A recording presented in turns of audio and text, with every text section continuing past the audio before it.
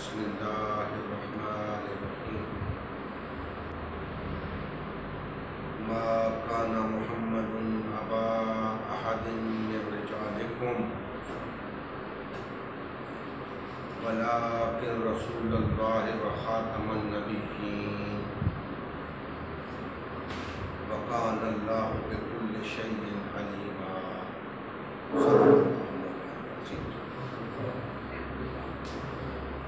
محترم مسلمان بھائیوں، اللہ جل مجدہ کا احسان ہے جس کی توفیق و عنایت سے آپ احباب کچھ وقت نکال کر خالصتاً اس کی رضا کے لیے یہاں جمع ہوئے۔ اللہ جل مجدہ کی بارگاہ میں التجا ہے ہم سب کی یہ حاضری اپنی بارگاہ میں منظور و مقبول فرمائے۔ سب سے پہلے آپ احباب سے معذرت کہ آج پروگرام کچھ تاخیر کا شکار ہوا لائٹ نہ ہونے کی وجہ سے۔ کوشش کروں گا کہ مختصر سے وقت کچھ بات آپ بھائیوں تک پہنچا سکوں۔ میں نے سورہ احزاب کی آیت نمبر 40 کی تلاوت کا شرف حاصل کیا ہے۔ اللہ جل مجدہ نے ارشاد فرمایا، محمد صلی اللہ علیہ وسلم تم مردوں میں سے یا تمہارے مردوں میں سے کسی کے باپ نہیں بلکہ اللہ کے رسول ہیں اور خاتم النبیین ہے۔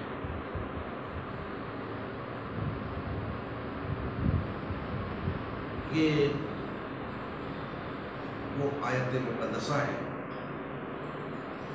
جسے مسئلہ ختم نبوت کے حوالے سے ایک ٹھوس دلیل کے طور پہ پیش کیا جاتا ہے۔ وہ کہ آج میرا موضوع مسئلہ ختم نبوت نہیں ہے،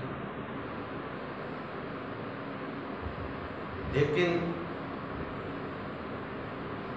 مسئلہ ختم نبوت سے کچھ ملتا جلتا ہے۔ اس لیے میں نے اپنی گفتگو کا آغاز اسی آیت مبارکہ سے کیا، ورنہ اس آیت مبارکہ کو میں اپنی گفتگو میں بطور دلیل پیش نہیں کرتا۔ وہ کیوں؟ اس لیے کہ ختم نبوت کے حوالے سے جب بات کی جاتی ہے تو قرآن مجید کی آیات اور بے شمار احادیث مبارکہ اور اقوال صحابہ اور ائمہ کرام کے اقوال پیش کیے جاتے ہیں اور دلیل کے طور پہ پیش کیے جاتے ہیں۔ چونکہ بنیادی طور پہ میرا موضوع ختم نبوت نہیں ہے، اس لیے میں آیات اور احادیث ختم نبوت پہ پیش نہیں کروں۔ میری آج کی گفتگو کا عنوان نبوت و رسالت محمدی کا مقام اور دوام ہے۔ چونکہ اس آیت مقدسہ کے اندر نبوت محمدی کا ذکر بھی ہے اور رسالت محمدی کا ذکر بھی ہے، اس لیے میں نے اپنی گفتگو کے آغاز کے طور پر اس آیت مقدسہ کو منتخب کیا۔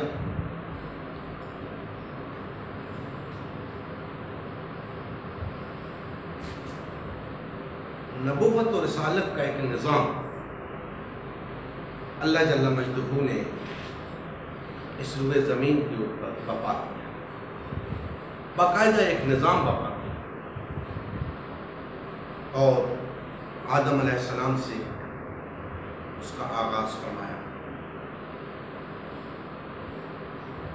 یہ سلسلہ نبوت و رسالت کا چلتا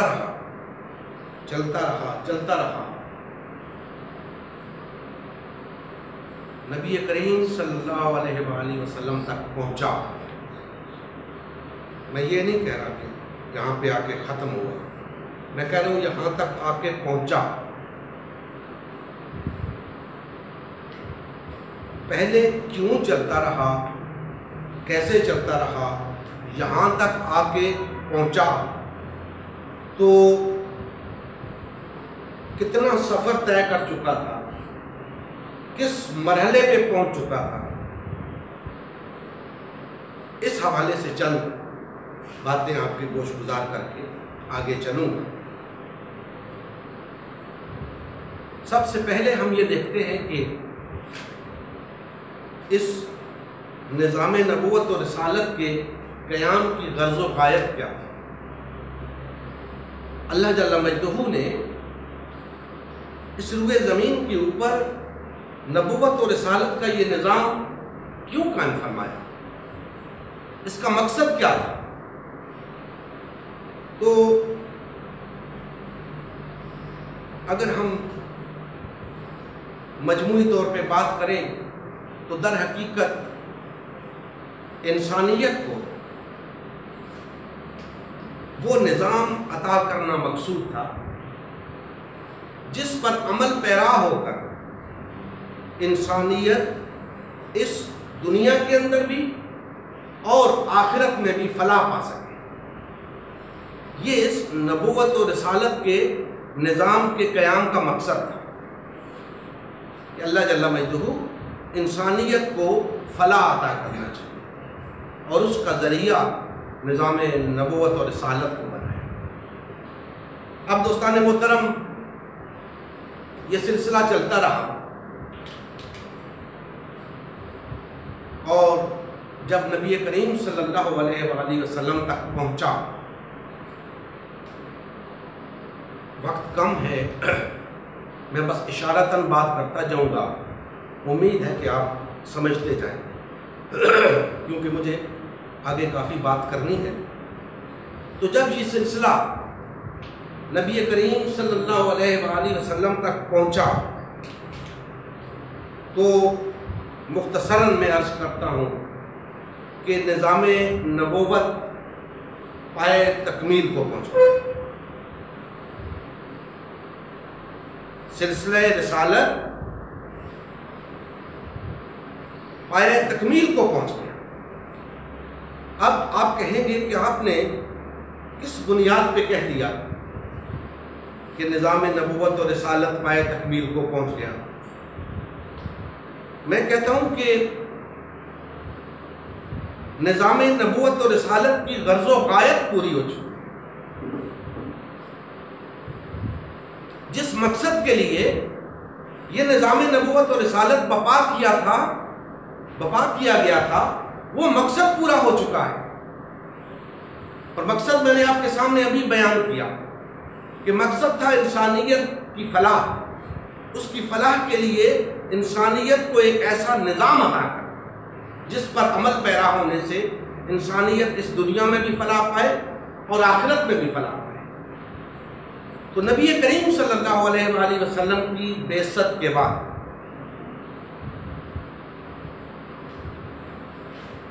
وہ تمام فکری اور عملی تعلیم انسانیت کو عطا کر دی گئی۔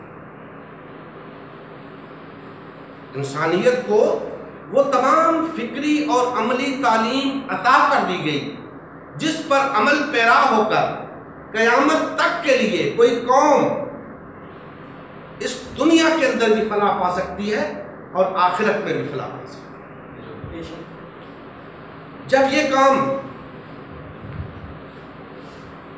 ہو گیا کہ فکری اور عملی تعلیم دے دی گئی، اس فکری اور عملی تعلیم کو اسلام کہتے ہیں۔ اور اگر ہم ان دونوں چیزوں کو الگ الگ بیان کریں تو فکری تعلیم کو وحی الہی کہتے ہیں اور عملی تعلیم کو سنت نبی کریم صلی اللہ علیہ وآلہ وسلم کہتے ہیں، سیرت طیبہ کہتے ہیں۔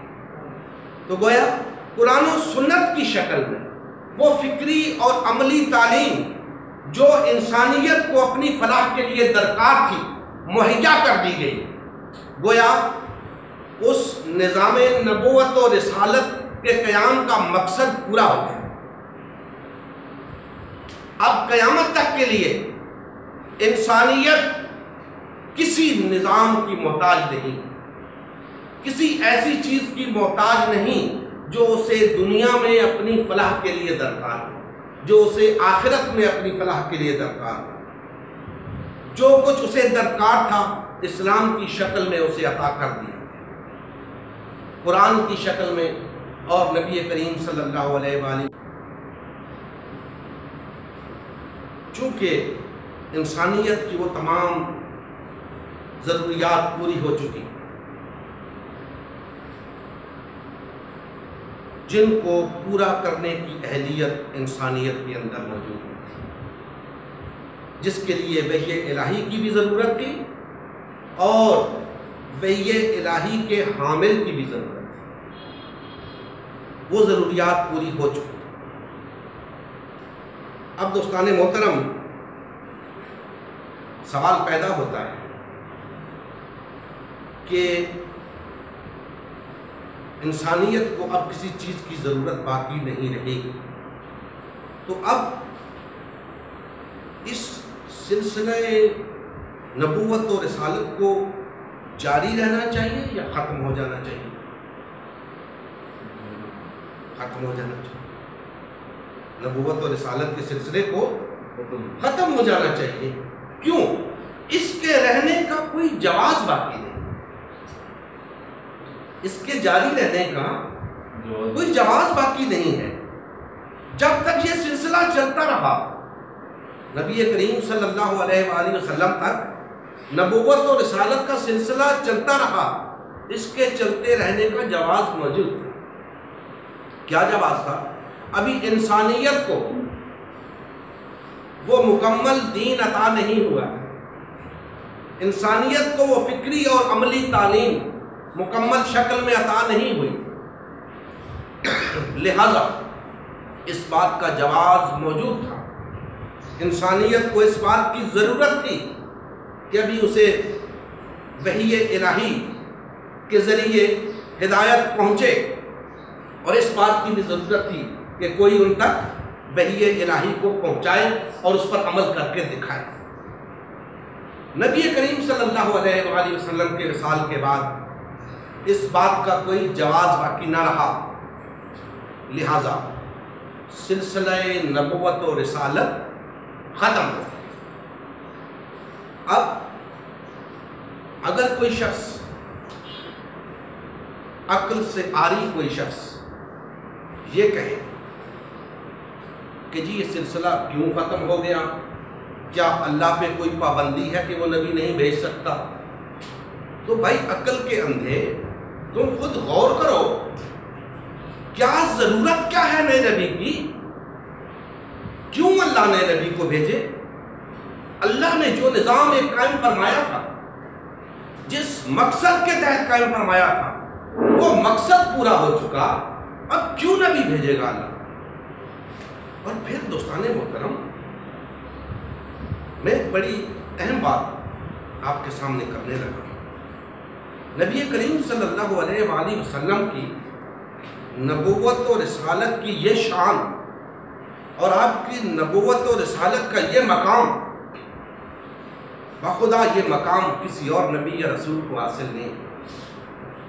ہم اس وجہ سے نہیں کہہ رہے کہ ہم نبی کریم صلی اللہ علیہ وآلہ وسلم کی امتی ہیں، نہیں، تمام انبیاء کرام ہمارے لیے ایمان کے لحاظ سے ایک جیسے ہیں، ہم سب پہ ایمان رکھتے ہیں، لیکن یہ حقیقت ہے کہ نبی کریم صلی اللہ علیہ وآلہ وسلم نے جو معرکہ سر انجام دیا، انسانیت کو جو نظام عطا کیا قرآن و سنت کی شکل میں، اور اس نظام کے قیام کے لیے جو جد و جہد فرمائی اور اس نظام کو عملاً قائم کر کے دکھایا، تو یہ دیگر انبیاء کرام علیہ السلام کے ہاں نہیں ہے۔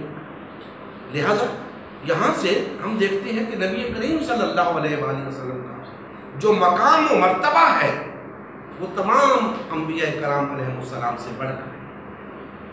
اور بعد میں کسی آنے والے کی کیا بات کریں جس کے آنے کا کوئی امکان ہی نہیں،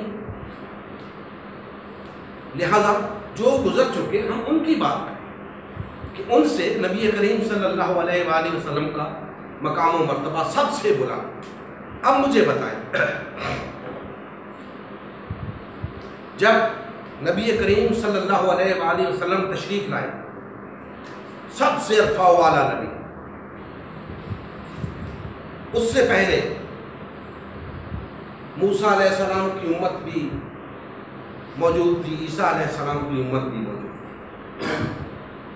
نبی کریم صلی اللہ علیہ وآلہ وسلم سچے اور برحق نبی، سچے اور برحق رسول، لیکن یہود اور نصارہ نے کسی قیمت پر آپ کو قبول نہ کیا، وہ کسی قیمت پر آپ پر ایمان نہ لائے، حالانکہ آپ سچے نبی، آپ برحق نبی، آپ سب سے افضل نبی، آپ کا مقام و مرتبہ اس لحاظ کا کہ یہ مرتبہ کسی اور نبی کو ملا نہیں، اس کے باوجود یہود و نصارہ ایمان نہ لائے۔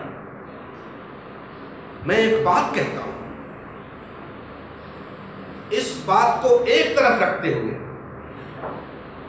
کہ نبوت اور رسالت نبی کریم صلی اللہ علیہ وآلہ وسلم پر ختم ہوئی ہے یا نہیں، اس بات کو ایک طرف رکھتے ہوئے میں یہ بات کہتا ہوں کہ جو شخص نبی کریم صلی اللہ علیہ وآلہ وسلم جیسی ہستی پر ایمان لایا ہوا ہو، اس کے سامنے کوئی اور شخص آ کر کہے کہ میں بھی نبی ہوں، کیا وہ اس پر ایمان لائے گا؟ کبھی نہیں۔ کیوں؟ ایک تو اس وجہ سے کہ وہ آٹومیٹکلی نبی کریم صلی اللہ علیہ وآلہ وسلم کا امتی ہے، ایک نبی کا امتی ہے پہلے، اور میں پہلے بتا چکا ہوں کہ یہود اور نصارہ عیسیٰ علیہ السلام اور موسیٰ علیہ السلام کے امتی تھے، تو وہ اپنے طور پہ کہتے تھے ہم تو اپنے نبی کے امتی ہیں، ہم کیوں کسی اور پہ ایمان لائیں؟ حالانکہ نبی کریم صلی اللہ علیہ وآلہ وسلم سچے نبی، برحق نبی، لیکن آج کوئی شخص خواہ مخواہ میں اٹھ کے کہے کہ میں نبی ہوں، تو ہم کس بنیاد پہ اس پہ ایمان لائیں؟ کیوں ایمان لائیں؟ میں نے کہا کہ آپ ختم نبوت کو ایک طرف رکھیں، صرف مجھے یہ بتائیں کہ آخر نبی کریم صلی اللہ علیہ وآلہ وسلم کی نبوت اور رسالت میں کون سی کمی رہ گئی ہے کہ اب تم پر ایمان لائیں؟ آپ کی لائی ہوئی تعلیم میں کون سی کمی ہے کہ اب تم پر ایمان لائیں؟ وجہ کیا ہے؟ کون سا کام ہے جو آقا دو جہان نہیں کر سکے اور تم کرنے آئے ہو؟ بتاؤ تو صحیح، کیوں ایمان لائیں؟ دوستان محترم، مجھے ان آیات کے بغیر بھی، ان احادیث مبارکہ کے بغیر بھی جن میں ختم نبوت کا ذکر ہے، ان کے بغیر بھی اس بات کی سمجھ نہیں آتی کہ میں کسی نئے آنے والے پر ایمان کیوں لاؤں۔ میں ایک ایسے نبی پر ایمان رکھتا ہوں جس کے مقابلے کا کوئی نبی نہیں آیا، جس کا لایا ہوا نظام آج غیر مسلم بھی مانتے ہیں کہ اسلام سے بہتر نظام کوئی نہیں۔ تو اس نبی نے آ کر دولت ایمان سے مجھے فیض یاب کیا، مجھے وہ نظام عطا کیا جس میں کوئی کمی باقی نہیں، جس پر میں عمل پیرا ہو کر دنیا میں بھی کامیاب ہو سکتا ہوں، آخرت میں بھی ہو سکتا ہوں، مجھے نئے نبی کی ضرورت ہی نہیں، میں کیوں ایمان لاؤں؟ دوستان محترم، کہنے کا مقصد یہ ہے کہ اگر کوئی شخص آج کے دور میں یا آج کے بعد آ کر یہ کہتا ہے کہ میں بھی اللہ کا نبی ہوں، تو یاد رکھیے اس کے پاس ایسا کوئی کام نہیں ہوگا جو وہ بتائے کہ میں یہ کام کرنے آیا ہوں، یہ کام نبی کریم صلی اللہ علیہ وآلہ وسلم سے رہ گیا تھا۔ کوئی کام نہیں ہے اس کے پاس، ویلا ہے وہ۔ ہاں، سادہ لوگوں کو گھیر لے۔ پچھلے دور میں بھی ایک شخص نمودار ہوا مرزا غلام احمد قادیانی کے نام سے۔ پہلے کیا کیا؟ پہلے ایک جماعت بنائی، لوگوں کو اپنا گرویدہ کیا، بہت سارے لوگوں کو اپنا گرویدہ کیا، اور جب ایک اچھی مضبوط جماعت بن گئی اس کے بعد جا کر اعلان نبوت کیا۔ تو یہ تو ہمارے ہاں ایک ٹرینڈ چلا آ رہا ہے، ہمارے ملک میں بھی آپ دیکھ لیں کہ جس شخصیت کے ساتھ کوئی شخص جڑ گیا ہے اب اس کی خامیاں بھی خوبیاں نظر آتی ہیں۔ یہ ایک حقیقت ہے، جس شخصیت کے ساتھ کوئی جڑ گیا ہے اس کی خامیاں بھی خوبیاں نظر آتی ہیں۔ لہذا مرزا غلام احمد قادیانی کے ان شیدائیوں کو اب مرزا صاحب میں کوئی خامی نظر نہیں آ سکتی تھی، کیونکہ وہ ان کے گرویدہ تھے، ان کے عاشق تھے، ان کے محب تھے۔ اب ان کی خامیاں بھی انہیں خوبیاں نظر آتی، لہذا وہ ان پر ایمان لے گئے اور ان کی ایک جماعت بن گئی، ایک امت کھڑی ہو گئی۔ میں آپ سے یہ کہنا چاہتا ہوں، میرا قطعاً اس موضوع پر بات کرنے کا کوئی ارادہ نہ تھا، ضمناً بات آ گئی۔ کہنا یہ چاہتا ہوں کہ آج کے دور میں یا قیامت تک اگر کوئی شخص آ کر ایسی حرکت کرے گا اور یہ دعویٰ کرے گا کہ میں اللہ کا نبی ہوں، وہ صرف ایک کام کر سکتا ہے، صرف ایک کام کر سکتا ہے، اور وہ کام ہے ایک نئی امت کھڑی۔ نبی کریم صلی اللہ علیہ وآلہ وسلم کی امت میں سے لوگوں کو توڑ کر ایک نئی امت کھڑی، اس کے سوا وہ کچھ نہیں کر سکتا۔ اور یہ نئی امت کھڑی کرنا ایک ایسا فساد ہے کہ اب میں اپنی گفتگو کے آخر میں اسی پر چند کلمات عرض کروں گا کہ آپ نے نبی کریم صلی اللہ علیہ وآلہ وسلم کی نبوت اور رسالت کا مقام تو جان لیا، میں نے اس کے دوام کا بھی ذکر کیا کہ اب وہ قیامت تک کے لیے نبی کریم صلی اللہ علیہ وآلہ وسلم کی نبوت اور رسالت قیامت تک کے لیے ہے۔ تو سوال یہ پیدا ہوا کہ آپ تو 63 برس کی عمر میں دنیا سے پردہ فرما گئے، تو اس کے بعد اگر نبوت اور رسالت جاری ہے تو ہمیں کیسے پتہ چلے، ہمیں اس کا فیض کیسے حاصل ہو، ہم کیسے جھوٹے مدعیان نبوت سے بچ کے رہیں؟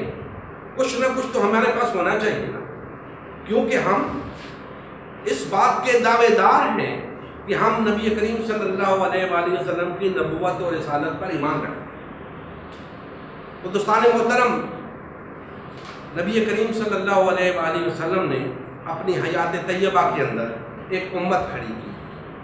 ابھی میں نے آپ سے عرض کیا کہ جھوٹا نبی، نیا نبی آ کر میکسیمم جو کام کر سکتا ہے وہ ایک امت کھڑی کر سکتا ہے۔ تو امت کھڑی کرنا نبی کا حق ہوتا ہے، اور ہر نبی نے امت کھڑی کی۔ تو نبی کریم صلی اللہ علیہ وآلہ وسلم نے ایک امت کھڑی کی، ایک جماعت قائم کی۔ اب یہاں پھر ضمناً ایک بات آ گئی، جب مرزا غلام احمد قادیانی نے یہ دعویٰ کیا، اعلان نبوت کیا تو مسلمان علماء کی طرف سے اس پر فتوے آئے مرتد ہونے کے، غیر مسلم ہونے کے، کافر ہونے کے، لیکن ایک موقع پہ پہنچ کے مسلمانوں کو بڑی مشکل پیش ہے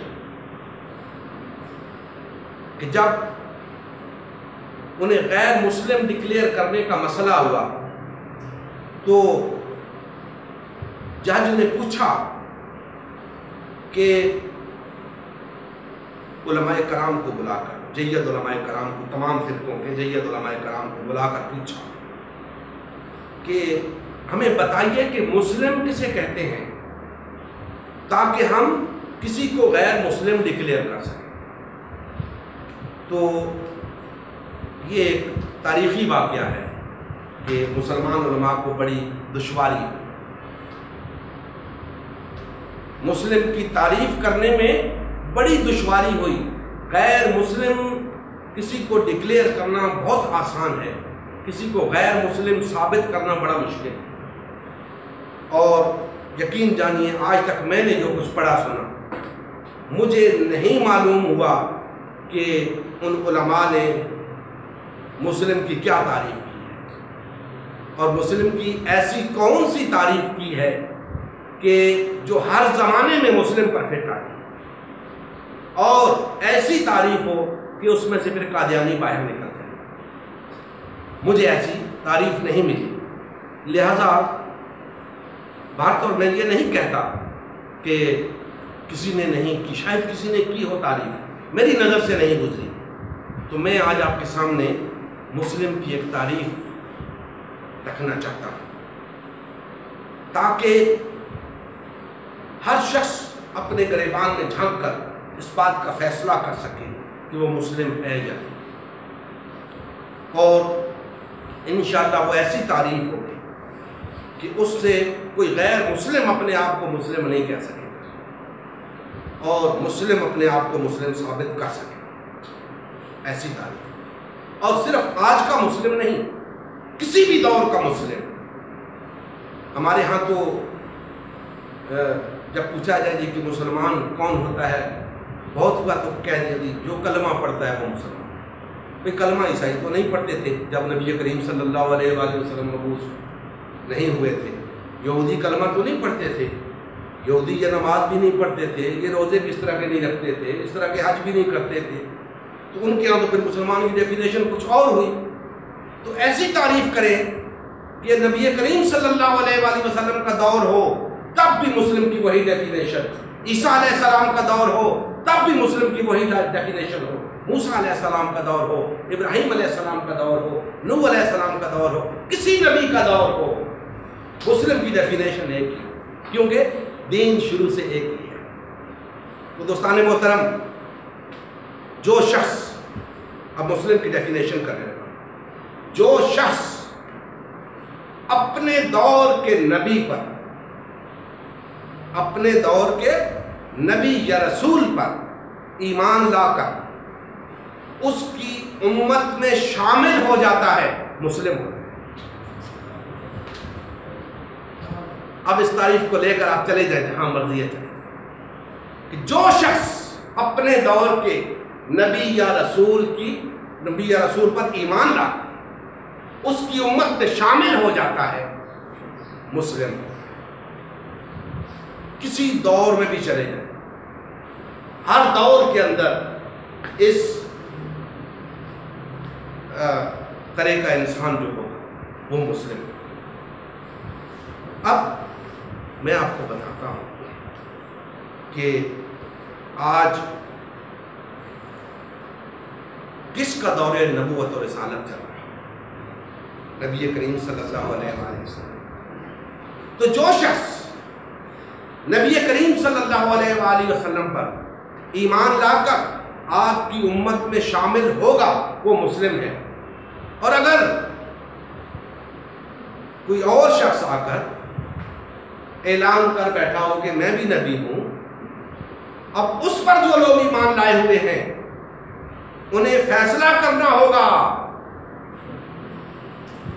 اب انہیں فیصلہ کرنا ہوگا کہ وہ نبی کریم صلی اللہ علیہ وآلہ وسلم پر ایمان رکھتے ہیں یا اس نئے شخص پر ایمان۔ دوستو اس بات پہ غور کریں، دو پہ ایمان نہیں چلے گا۔ میں نے عرض کیا جو تعریف میں نے کی ہے، پہلے فیصلہ کرو آج کس کا دور چل رہا ہے، محمد عربی کا دور چل رہا ہے یا مرزا قادیان کا دور چل رہا ہے؟ پہلے اس بات کا فیصلہ کرو۔ اگر محمد عربی صلی اللہ علیہ وآلہ وسلم کا دور چل رہا ہے تو ان پر ایمان لا کر ان کی امت میں شامل ہو جاؤ، اور اگر تم سمجھتے ہو کہ مرزا قادیان کا دور چل رہا ہے تو پھر تم امت محمدی سے فارغ ہو، پھر امت محمدی سے تمہارا کوئی تعلق نہیں، پھر تمہیں امت محمدی میں ہونے کا کوئی حق حاصل نہیں، تمہیں اس بات کا حق حاصل نہیں کہ تم اپنے آپ کو مسلم کہو، کیونکہ تم امت محمدی سے خارج ہو چکے، تم ایک نئے نبی کے امتی بن چکے۔ لہذا دوستان محترم، میں نے یہ تعریف ایسی بیان کر دی ہے، انشاءاللہ تا قیام قیامت کسی شخص کو یہ ثابت کرنے کے لیے کہ وہ مسلم ہے یا نہیں، اس تعریف کو دیکھنا پڑے، اس کے بغیر وہ اپنے آپ کو ثابت نہیں کر سکتا کہ وہ مسلم ہے یا نہیں۔ اسے اپنے پیش نظر رکھے گا تو اسے بڑی آسانی ہوگی، دشواری پیش نہیں آئے گی۔ اب دوستان محترم، تھوڑا سا وقت، آخری موضوع بہت اہم تھا لیکن وقت کم ہے، اس لیے تھوڑا وقت لوں گا۔ نبی کریم صلی اللہ علیہ وآلہ وسلم نے ایک امت کھڑی کی، جماعت کھڑی کی۔ اب آپ دنیا سے پردہ فرما گئے، آپ کی ذات پردہ فرما گئی، نبوت و رسالت باقی ہے۔ نبوت و رسالت نے چلنا ہے تا قیام قیامت چلنا ہے، تو نبوت و رسالت آپ کے ہوتے ہوئے آپ بحیثیت نبی اور رسول مسلمانوں کے واحد امیر تھے۔ اب آپ دنیا سے پردہ فرما گئے، نبوت اور رسالت باقی ہے، مسلمانوں کا امیر باقی نہیں۔ اب کیا تھا؟ نبوت اور رسالت میں چلنا ہے تا قیام قیامت، لہذا نبوت اور رسالت کے ساتھ ساتھ نبوت کا، نبی کا وارث بھی چلنا چاہیے، نبی کا نائب بھی چلنا چاہیے، کیونکہ نبی تو دنیا سے پردہ فرما۔ اب اصول کیا طے پایا کہ نبی صلی اللہ علیہ وآلہ وسلم کے وصال کے بعد ایک شخص نبی کا نائب، نبی کا خلیفہ، اس نبوت و رسالت کا وارث ہوگا جس نے تا قیام قیامت چلنا، اور یہی پیٹرن حضور صلی اللہ علیہ وآلہ وسلم کی امت کو قیامت تک کے لیے چلانا ہے کہ نبوت و رسالت کا ایک وارث نبی کریم صلی اللہ علیہ وآلہ وسلم کے نائب کی حیثیت سے، خلیفہ کی حیثیت سے تمام مسلمانوں کی امارت اس کے ہاتھ میں ہوگی، تمام مسلمانوں کی امامت اور قیادت اس کے ہاتھ میں ہوگی۔ یہ اس فکری اور عملی تعلیم کا ایک نقشہ آپ کے سامنے میں نے رکھا ہے، جسے ہم دین اسلام کہتے ہیں۔ اب اس سلسلے کو چلنا تھا تا قیام قیامت چلنا۔ نبی کریم صلی اللہ علیہ وآلہ وسلم نے اپنی حیات طیبہ میں اس بات کا اعلان فرما دیا کہ میری یہ امت 73 فرقوں میں تقسیم ہو گئی، ایک فرقہ ایسا ہوگا جو اس فکری اور عملی تعلیم کے مطابق عمل پیرا ہوگا جو میں لے کر آیا ہوں، جسے اسلام کہتے ہیں۔ 72 فرقے اس تعلیم سے ہٹ جائیں، اس لیے وہ جہنمی ہوں گے۔ اور نبی کریم صلی اللہ علیہ وآلہ وسلم ہمارے لیے اجتماعی طور پہ جو نمونہ چھوڑ کر گئے وہ صرف ایک فرقہ اپنا کر کے، وہ اجتماعی طرز عمل کیا ہے کہ ایک جماعت بن کے رہنا، ایک امیر کی قیادت میں رہنا۔ یہ تمام امت کو تعلیم تھی، لیکن 72 فرقوں نے اس تعلیم کو چھوڑ دیا، اس تعلیم سے ہٹ گئے، جہنمی قرار پا گئے. اور یہاں میں یہ بات ضرور کہوں گا کہ جہنمی قرار پانے کی بہت ساری وجوہات اور ہیں، لیکن ایک وجہ یہ بھی ہے کہ نبی کریم صلی اللہ علیہ وآلہ وسلم کا عہد نبوت و رسالت ہو، آپ کی نبوت اور رسالت موجود ہو، اور پھر کوئی شخص یہ جرات کرے کہ آپ کی امت کے اندر ایک امت کھڑی کر دے. یہ فرقے کیا ہے دوستان محترم؟ یہ امتیں ہیں جو نبی کریم صلی اللہ علیہ وآلہ وسلم کی عہد مبارک میں کھڑی کی گئی. جس طرح کوئی جھوٹا نبی آ کر ایک نئی امت کھڑی کرتا ہے، وہ بھی اسی طرح حق نبوت پہ ڈاکہ ڈالتا ہے، ختم نبوت کا انکار کرتا ہے. جس طرح کوئی شخص آپ کی امت میں سے کھڑا ہوتا ہے، ایک نئی جماعت کھڑی کرتا ہے، حق نبوت پہ ڈاکہ ڈالتا ہے، ختم نبوت کا انکار کرتا ہے. یاد رکھیں، یہ 1.5 ارب مسلمان اگر یہ اس بات کے دعوے دار ہیں کہ یہ نبی کریم صلی اللہ علیہ وآلہ وسلم پر ایمان رکھتے ہیں، اور آج نبی کریم صلی اللہ علیہ وآلہ وسلم کا دور نبوت اور رسالت چل رہا ہے، تو ان سب کو ایک امیر اور امام کی قیادت میں آنا ہوگا. یہ ثابت کرنے کے لیے ضروری ہے، اپنے آپ کو نبی کریم صلی اللہ علیہ وآلہ وسلم کا امتی ثابت کرنے کے لیے ضروری ہے. ورنہ کیا ہوگا؟ ورنہ آپ کا شمار ان 72 فرقوں میں ہوگا جو ختم نبوت کا انکار کر چکے ہیں، جو حق نبوت پہ ڈاکہ ڈال چکے ہیں، جن پر جہنمی ہونے کی سٹیمپ لگ چکی ہے. ایک گروہ بنیں گے، ایک جماعت بنیں گے تو نبی کریم صلی اللہ علیہ وآلہ وسلم کی امت ہوگی. اس ایک جماعت سے ہٹ کر جتنے بھی فرقے بنیں گے، جتنی جماعتیں بنیں گی، وہ سب کے سب جہنمی ہوں گے کئی وجوہات کی بنیاد پر. لیکن اس کے اندر یہ 2 وجوہات بھی ہوں گی کہ انہوں نے حق نبوت پہ ڈاکہ ڈالا، انہوں نے ختم نبوت کا انکار کیا. کیسے انکار کیا؟ کیا نبی کریم صلی اللہ علیہ وآلہ وسلم کے ہوتے ہوئے کسی کو یہ جرات ہو سکتی تھی کہ وہ مسلمانوں کے اندر جماعتیں کھڑی کرتے؟ یاد رکھیں، اگر 2 صحابہ بھی، میں بڑی خاص بات کہنے لگا ہوں، اگر نبی کریم صلی اللہ علیہ وآلہ وسلم کے 2 صحابہ بھی 2 امتیں بن جاتے، ان میں سے بھی حضور کے طریقے پر ایک ہی ہوتا، حضور کی فکری اور عملی تعلیم کے مطابق ایک ہی ہوتا، دوسرا جہنمی ہوتا. کیونکہ حضور نے فرمایا ہے کہ میرے طریقے پر، میری تعلیم پر 2 فرقے نہیں ہو سکتے. ایک 72 نہیں 72,000 ہو جائیں، میری تعلیم پر ایک ہی. کیوں؟ میرے دور میں ایک ہی تھا. میں تو پوری انسانیت کو ایک کرنے کے لیے آیا ہوں. میری امت تقسیم ہو جائے، ایسا نہیں ہو سکتا. جو تقسیم ہوں گے وہ میری امت سے خارج ہیں. دوستان محترم، ہمارے پاس وہ فکری تعلیم بھی موجود ہے، وہ عملی تعلیم بھی موجود ہے.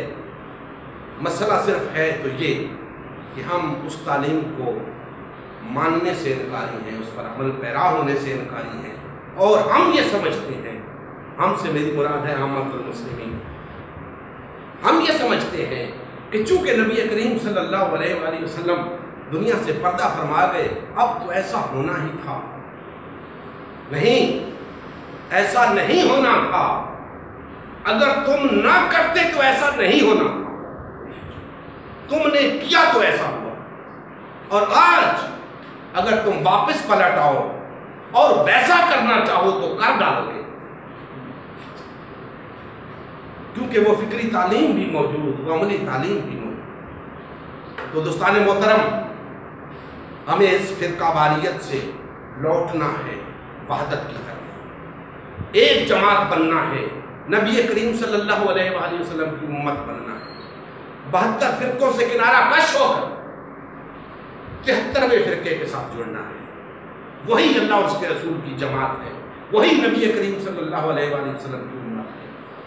اللہ جل مجدہ ہمارے حال پہ رحم فرمائے اور ہمیں کما حق ہو صحیح تصور دین کو سمجھ کر اس پر عمل پیرا ہونے کی توفیق عطا فرمائے۔ وما علینا